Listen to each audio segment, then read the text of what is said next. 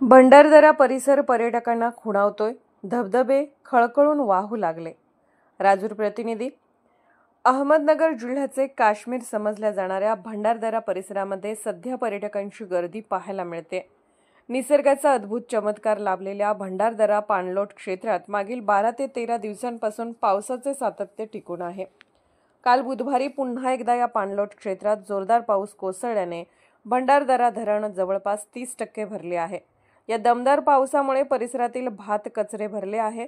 संपूर्ण परिसराने आता हिरवा शालू पांघरला असून परिसरातील वसुंधरा फॉल, कोलटंबे फॉल, नानी फॉल, प्रवरा फॉल व वैशाली फॉलसह अनेक धबधबे खळखळून वाहत असून पर्यटकांना आकर्षण ठरत आहे। छोटे छोटे बंधारे भरले असून संपूर्ण परिसरच हिरवाईने नटला आहे। येथील निसर्गाचा हा अद्भुत चमत्कार पाहण्यासाठी व हे सौंदर्य आपल्या डोळ्यात साठवण्यासाठी मोठ्या प्रमाणात पर्यटक या ठिकाणी येत आहेत। मागील काही दिवसांपासून सुरू असलेल्या पावसामुळे भंडारदरा पाणलोट क्षेत्राला जणू हिरवळीचे स्वरूप प्राप्त झाले आहे।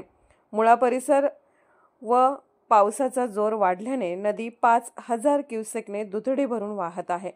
आज दिनांक न्यूज मराठीसाठी प्रतिनिधी विलास तुपे, राजूर।